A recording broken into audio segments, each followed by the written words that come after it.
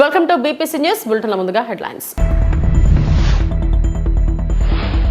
వికసిత్ భారత్ దిశగా సంస్కరణల వేగం. బడ్జెట్ అనంతరం వెబినార్లో ప్రధాని మోడీ ప్రసంగం.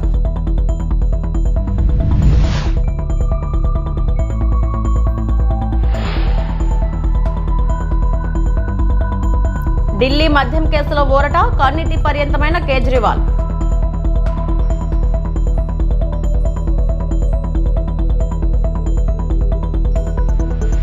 డీఎంకేలో చేరిన పన్నీర్ సెల్వం.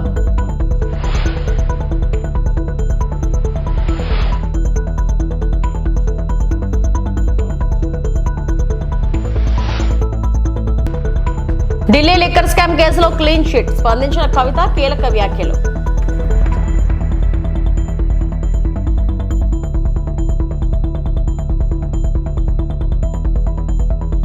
తిరుమల లడ్డు అంశంపై హోరాహోరీ. ఏపీ శాసనమండలి కొద్దిసేపట్లోనే వాయిదా.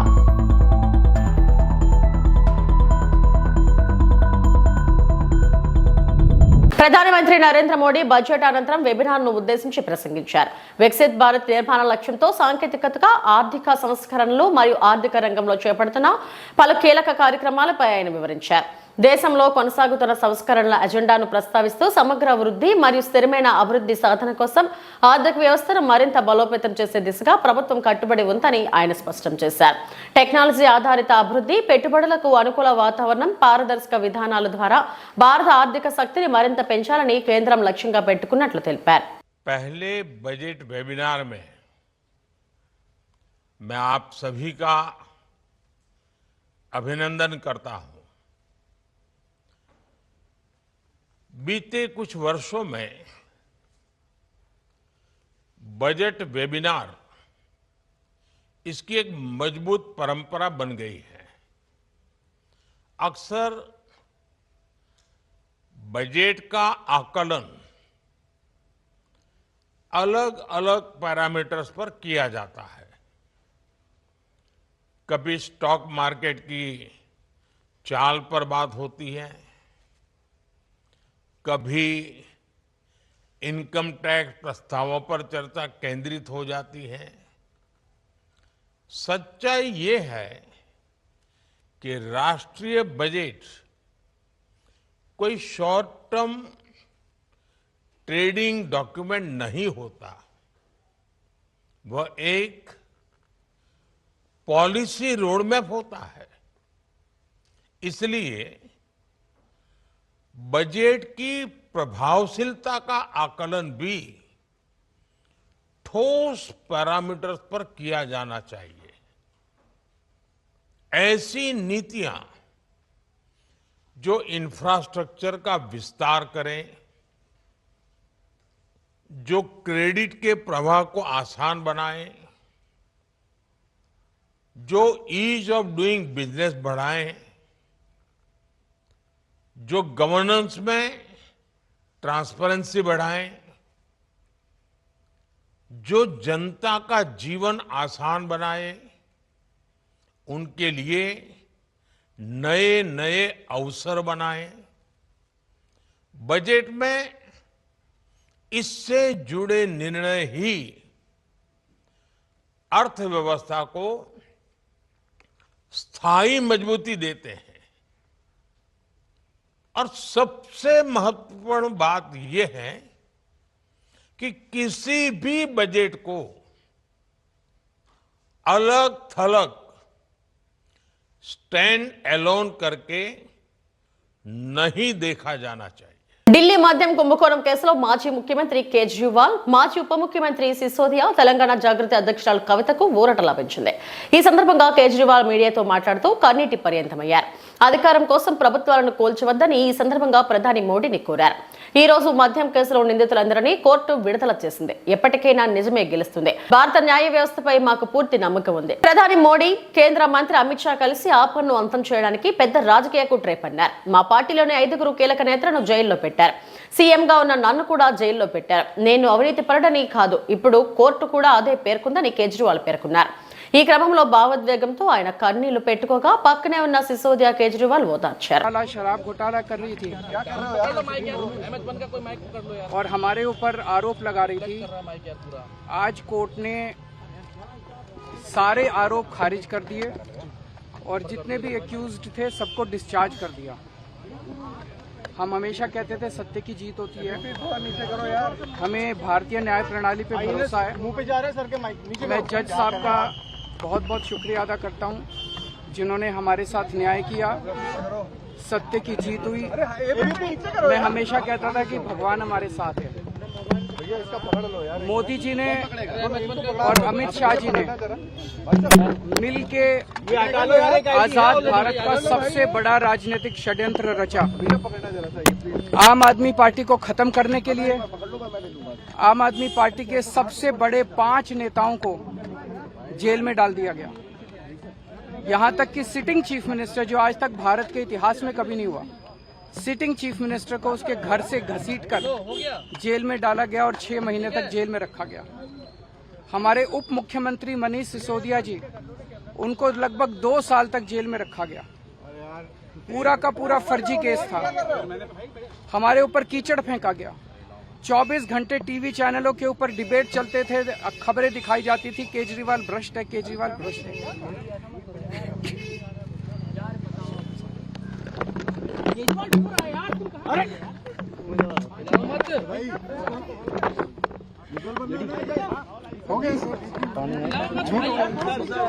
संभालिए सर, अपने आप संभालिए, हिम्मत सर, ये केजरीवाल भ्रष्ट नहीं है। मैंने केवल अपनी जिंदगी में ईमानदारी कमाई है। इन्होंने झूठा केस लगाया और आज ये साबित हो गया, कोर्ट ने कहा है कि केजरीवाल कट्टर ईमानदार है, मनीष सिसोदिया कट्टर ईमानदार है, आम आदमी पार्टी कट्टर ईमानदार है। मैं प्रधानमंत्री जी से कहना चाहता हूं, सत्ता के लिए इस तरह से खिलवाड़ मत कीजिए, देश के साथ इस तरह से संविधान के साथ खिलवाड़ मत कीजिए। आपको सत्ता चाहिए, अच्छे काम कीजिए। आज देश के सामने इतनी बड़ी बड़ी समस्याएं हैं, महंगाई है, बेरोजगारी है, पूरे देश में सड़कें टूटी पड़ी है, चारों तरफ पोल्यूशन ही पोल्यूशन हो रहा है, चारों तरफ देश में इतनी समस्याएं हैं। उन समस्याओं का समाधान करके सत्ता में आइए ना। केजरीवाल पे, आम आदमी पार्टी पे झूठे केस क्यों करते हैं? अच्छा काम करके सत्ता में आइए। इस तरह के झूठे केस करना और 24 घंटे विरोधियों के, विपक्षियों के खिलाफ ऊट पटांग के केस करना, उनको जेल में डालना, ये एक प्रधानमंत्री को शोभा नहीं देता। इससे देश आगे नहीं बढ़ेगा। देश आगे तब बढ़ेगा जब जनता की समस्याओं का समाधान किया जाएगा। అసెంబ్లీ ఎన్నికలకు ముందు తమిళనాడు రాజకీయాల్లో కీలక పరిణామం చోటు చేసుకుంది. రాష్ట్ర మాజీ ముఖ్యమంత్రి అన్నా డీఎంకే బహిష్కృత నేత పన్నీర్ సెల్వం అధికారిక డీఎంకే పార్టీలో చేరారు. సీఎం స్టాలిన్ సెల్వం కు కండువా కప్పి పార్టీలోకి ఆహ్వానించారు. శుక్రవారం చెన్నైలోని పార్టీ కార్యాలయంలో స్టాలిన్ సమక్షంలో సెల్వం, ఆయన కుమారుడు మాజీ ఎంపీ రవీంద్రనాథ్ పాటు ఎమ్మెల్యే అయ్యప్పన్ తదితరులు కూడా డీఎంకే కండువా కప్పుకున్నారు. రానున్న అసెంబ్లీ ఎన్నికల్లో ఓపీఎస్ తన సొంత నియోజకవర్గమైన తేనిలోని బోడిమెట్టు నుంచి డీఎంకే తరపున పోటీ చేసే అవకాశం ఉందని పార్టీ వర్గాలు తెలిపాయి.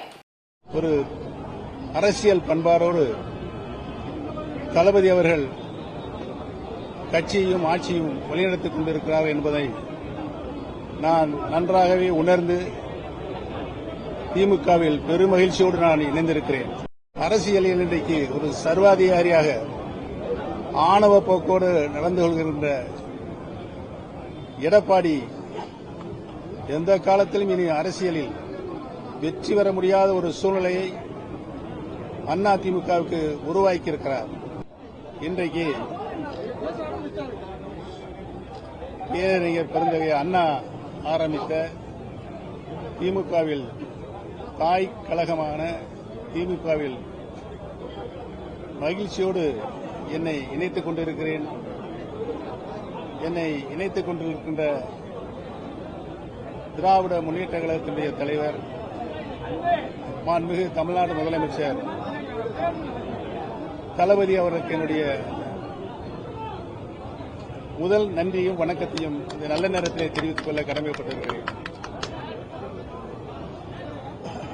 இன்றைக்கு அரசியலில் அண்ணா காட்டிய வழி, கலைஞர் காட்டிய வழியில் ఇంద్రకీలాద్రిపై కొలువైన కనకదుర్గమ్మను తెలంగాణ ఉప ముఖ్యమంత్రి బట్టి విక్రమార్క శుక్రవారం దర్శించుకున్నారు. అంతకుముందు ఆయనకు ఆలయ అసిస్టెంట్ కమిషనర్ రంగారావు అర్చకులు ఘన స్వాగతం పలికి దర్శన ఏర్పాట్లు చేశారు. దర్శనం అనంతరం బట్టి విక్రమార్కకు పండితులు వేదాశీర్వచనం పలికి ప్రసాదం అమ్మవారి చిత్రపటాన్ని అందజేశారు.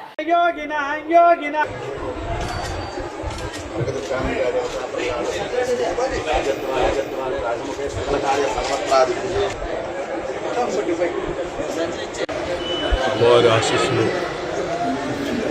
రెండు తెలుగు రాష్ట్రాల ప్రజలపైన చల్లగా ఉండాలని, వారి ఆశీస్సులతో రెండు రాష్ట్రాలు కూడా బాగా అభివృద్ధి చెందాలని, ప్రజా సంక్షేమంతో పాటు అభివృద్ధి కార్యక్రమాలు కూడా మెండుగా జరగాలని, ప్రపంచవ్యాప్తంగా ఉన్నటువంటి మానవాళ్ళందరూ కూడా వారి చల్లని చూపు ఆశీస్సులు ఉండాలని ఆశీస్సులు.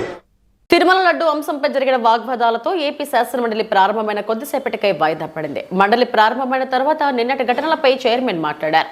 ఆ తర్వాత స్పందించిన మంత్రి అచ్చెన్నాయుడు తిరుమల లడ్డు అంశంపై చర్చకు ప్రభుత్వం సిద్ధంగా ఉందని చెప్పారు. అనంతరం సభా కార్యకలాపాలను ప్రారంభించిన చైర్మన్ తిరుమల లడ్డు అంశంపై వైకాపా సభ్యులు ఇచ్చిన వాయిదా తీర్మానాన్ని తిరస్కరించి ప్రశ్నోత్తరాలను ప్రారంభించారు. వైకాపా సభ్యులు ఆందోళనకు దిగడంతో మంత్రి అచ్చెన్నాయుడు తీవ్రంగా మండిపడ్డారు. వైకాపా ఆందోళన కొనసాగించడంతో సభను చైర్మన్ కొద్దిసేపు వాయిదా వేశారు.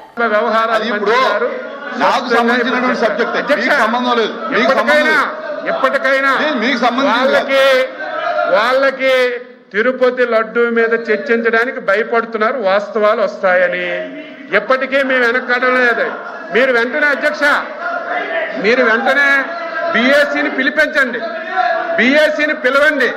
మా సభ్యులందరూ కూడా ఒకరు కాదు అధ్యక్ష, ఎంతమంది సభ్యులు ఉన్నారు అందరూ తిరుపతి లడ్డు మీద చర్చించడానికి సిద్ధంగా ఉన్నారు. మీరు బిఎస్సి పిలండి. 4వ తారీఖు, ఒక రోజు సరిపోకపోతే 5వ తారీఖు, 2 రోజులు సరిపోకపోతే 6వ తారీఖు, 3 రోజులు కూడా తిరుపతి లడ్డు మీద చర్చిస్తే మా సభ్యులు మా అభిప్రాయాలన్నీ చెప్పడానికి సిద్ధంగా ఉన్నారు. మేము ప్రతి దానికి సిద్ధంగా ఉన్నాం. వాళ్ళు తిరుపతి లడ్డు మీద చర్చించడానికి భయపడి పారిపోవడానికి ఈ ప్రయత్నాలన్నీ చేస్తున్నారు. ప్రభుత్వం సిద్ధంగా ఉంది. పిలవండి. 4వ తారీఖు, 5వ తారీఖు, 6వ తారీఖు, అవసరం ఉంటే ఇంకొక రోజు ఎక్కువైనా సరే చర్చించడానికి వాస్తవాలన్నీ రాష్ట్ర ప్రజానీకానికి, హిందూ సమాజానికి తెలియజేయడానికి ప్రభుత్వం సిద్ధంగా ఉంది అని చెప్పి మీకు తెలియజేస్తున్నాను అధ్యక్ష. Papers include in the list of business and deemed to have been laid on the table. Delhi liquor కేసులో రాస్ అవెన్యూ కోర్టు కీలక తీర్పు వెల్లడించింది. లిక్కర్ పాలసీ అవినీతి కేసులో సరైన ఆధారాలు లేవని వ్యాఖ్యలు చేసింది. సిబిఐ సరైన మెటీరియల్ లేకుండా కేసులో ఇరికించిందని కోర్టు తీవ్ర వ్యాఖ్యలు చేసింది. భారీ చాట్లో అనేక లోపాలు ఉన్నాయని, వాటికి సాక్ష్యాలు లేదా స్టేట్మెంట్లు మద్దతు లేదని స్పష్టం చేసింది. ఢిల్లీ లిక్కర్ పాలసీ కేసులో తెలంగాణ జాగృతి అధ్యక్షురాలు కల్వకుంట్ల కవితకు భారీ ఊరట లభించింది. జై తెలంగాణ, సత్యమేవ జయతే. ముందు నుండి ఏదైతే తెలంగాణ ప్రజలకు చెప్తూ వచ్చామో అదే విధంగా ఇవాళ కోర్టు కంప్లీట్గా కేసును పక్కకు పెడుతూ అందరినీ కూడా మరి నిర్దోషులుగా విడుదల చేయడం అనేది సంపూర్ణంగా ఈ దేశంలో న్యాయ వ్యవస్థ పైన మేము పెట్టుకున్నటువంటి నమ్మకాన్ని మరి వమ్ము కాకుండా ఇవాళ న్యాయ వ్యవస్థ కాపాడిందని చెప్పి మేము నమ్ముతా ఉన్నాం. ఈ దేశంలో ఏదైతే ఒక పొలిటికల్ వెండెటా నడుస్తోందో దాంట్లో భాగంగా పెట్టినటువంటి కేసుల నుంచి ఖచ్చితంగా కడిగిన ముత్యంలాగా నేను బయటికి వస్తానని నేను చెప్పడం జరిగింది. మరి అదే విధంగా ఇవాళ రావడం జరిగింది. ఎక్కడా నా తప్పు లేకుండా ఒక రాజకీయ పరంగా ఈ కేసు పెట్టారని చెప్పి మేము పదే చెప్పిందే ఇవాళ నిజమైంది. ఈ కేసు పెట్టినటువంటి సందర్భంలో అనేక సార్లు ఢిల్లీకి వారి సొంత డబ్బులు ఖర్చు పెట్టుకొని మా తెలంగాణ జాగృతి నాయకులు, నన్ను అభిమానించేటటువంటి అన్నదమ్ములు, మిత్రులు అనేక మంది నాకు, నా కుటుంబానికి అండగా నిలబడ్డారు. చాలామంది పేద కార్యకర్తలు డబ్బులు పోగేసుకొని ఢిల్లీకి ఫ్లైట్ టికెట్లు పెట్టుకొని వచ్చినటువంటి వాళ్ళు ఎంతోమంది నాకు తెలుసు. ప్రతి హియరింగ్కి వచ్చి నాకు ధైర్యాన్ని ఇచ్చిన వాళ్ళు ఎంతోమంది నాకు తెలుసు. అటువంటి వారిని జీవితంలో నేను మర్చిపోకుండా కళ్ళలో పెట్టుకొని చూసుకుంటానని వాళ్ళందరికీ కూడా తెలియజేస్తూ, ఆ సమయంలో నా పిల్లలతోని అండగా నిలబడ్డటువంటి మా కుటుంబ సభ్యులకు, ముఖ్యంగా మా అత్త మామయ్య గారికి, మా మదర్కి, ఫాదర్కి, అదేవిధంగా మా హస్బెండ్ కానీ మా పిల్లలు కానీ ఏదైతే వాళ్ళు 5.5 నెలలు నరకయాతన అనుభవించినారో వారిని ఇంకా మంచి మనుషులుగా తయారు చేసిందని నేను బలంగా నమ్ముతూ, ఆ దేవుడిచ్చినటువంటి వరంగా నా కుటుంబం ఇవాళ నాతో నిలబడి ఉండడం, నా కుటుంబంతో పాటు జాగృతి కుటుంబం, తెలంగాణ కుటుంబం నిలబడి ఉండడం చాలా సంతోషంగా ఉంది. వారందరికీ కూడా ధన్యవాదాలు తెలియజేస్తా ఉన్నా. ఇవన్నీ న్యాయం చివరిలో గెలిచిన 5.5 నెలలు నన్ను జైల్లో పెట్టి నన్ను నా కుటుంబానికి నా పిల్లలకి దూరం చేసినటువంటి సమయాన్ని ఎవరు తిరిగి తీసుకొస్తారు? అదేవిధంగా ఈ 5.5 నెలలు, అంతకుముందు 3 సంవత్సరాలు నన్ను ఎట్టుబడితే అటు మాట్లాడి ఆన్లైన్లో కావచ్చు నా బొమ్మలు మాఫ్ చేసి పెట్టి నన్ను హరాస్ చేసి నన్ను పబ్లిక్ మీటింగ్లలో అనేక రకాలుగా దుర్భాషలు ఆడినటువంటి వారందరికీ మరి ఎవరు జవాబు చెప్తారనేది ప్రజలు ఆలోచించుకోవాలి. ఒక నైతికతను క్రాస్ చేసి ఎట్టుబడితే అటు రిజల్ట్ రాకముందు మాట్లాడడం అనేటటువంటిది సమాజం కూడా అర్థం చేసుకోవాలని చెప్పి నేను కోరుతా ఉన్నాను. Extremely happy. మనందరికి తెలిసింది, it's a very politically motivated case that has finally come to an end. We have all known it, the people of Telangana has always known it, and now the judicial courts have also demanded this, and nothing else. Satyameva Jayate. Thank you. జై Telangana.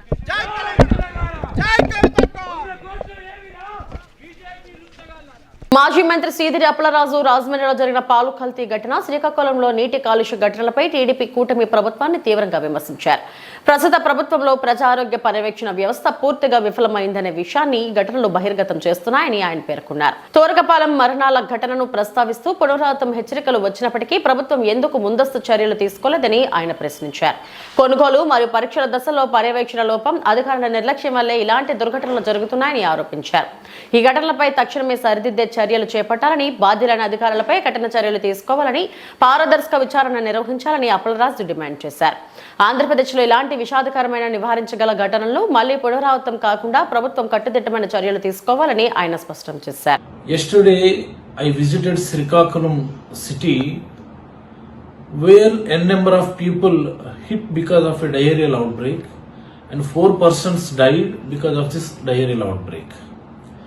Day before yesterday I visited Rajahmundry where around 5 to 6 people died of acute kidney failure due to adulterated milk consumption.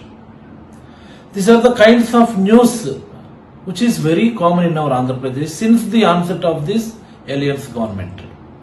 If you go back, nearing about 13 people died of a diarrheal outbreak in Gurla Mandal, Vizianagaram district in 2004 December.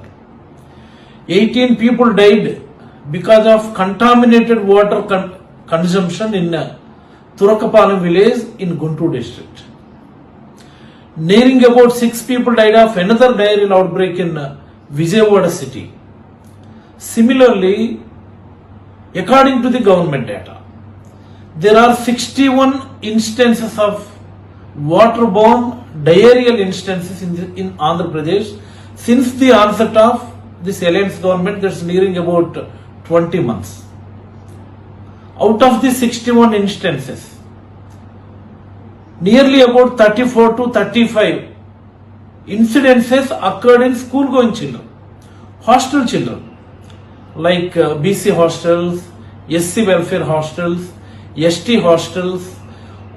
What I mean, 35 incidences occurred in government institutions only. My idea is, every time our Chief Minister Chandrababu Naidu speaks about brand AP image, he discusses about quantum computers every time. He always speaks about artificial intelligence, and he is very much interested in making MOUs with the companies in the respective sectors. But the true image is, yesterday I found one news in newspaper, one farmer, he is bringing his wife as a patient on his own bullock cart. Why? Because the 108 ambulance is not available. A farmer bringing his sick wife to the hospital on a bullock cart. That is the true scenario in Andhra Pradesh.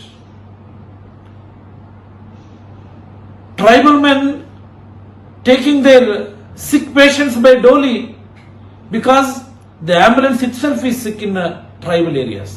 That is the true scenario. Where are we going? What are all these government institutes are doing? I don't understand. The entire public health sector is sick in Andhra Pradesh. The MLAs, ministers are playing kabaddi at this time of precious situation. New Year cases are reporting in Srikakulam city. The diarrheal outbreak is being exposed to New Year areas now. Even in Rajahmundry also, consumption of milk, consumption of adulterated milk. We don't know the exact details even now. It's been already 1 week. Almost 6 people died. Laddu అంశంపై ప్రభుత్వం తప్పించుకునే ప్రయత్నం చేస్తుందని వైఎస్ఆర్సీపీ తీవ్రంగా ఆరోపించింది. ఈ అంశంపై చర్చకు ప్రభుత్వం అంగీకరించకపోయినా శాసనమండలిలో ఈ విషయంపై చర్చ జరగాలని వైఎస్ఆర్సీపీ పట్టుబట్టింది. చర్చ కోసం సభలోనే నిరసనకు దిగినట్లు వెల్లడించింది. నిన్న చర్చ ప్రారంభమైన తర్వాత కావాలని అధికారులు అడ్డంకులు సృష్టించాలని, ప్రారంభమైన చర్చను ఈ రోజు కొనసాగించాలని వైఎస్ఆర్సీపీ డిమాండ్ చేసింది. చైర్మన్ మా సభ్యునికి అవకాశం ఇచ్చి చర్చను ప్రారంభించగా వైఎస్ఆర్సీపీ తరపున ఎమ్మెల్సీ చంద్రశేఖర్ రెడ్డి మాట్లాడటం ప్రారంభించారని తెలిపింది. అయితే కావాలని పయ్యావుల కేశవ్ మైక్ వద్ద అనవసరంగా మాట్లాడి చర్చను అడ్డుకున్నారని ఆరోపించింది. ఇది ముందస్తు పన్నాగంతో చేసిన చర్య అని పేర్కొంది.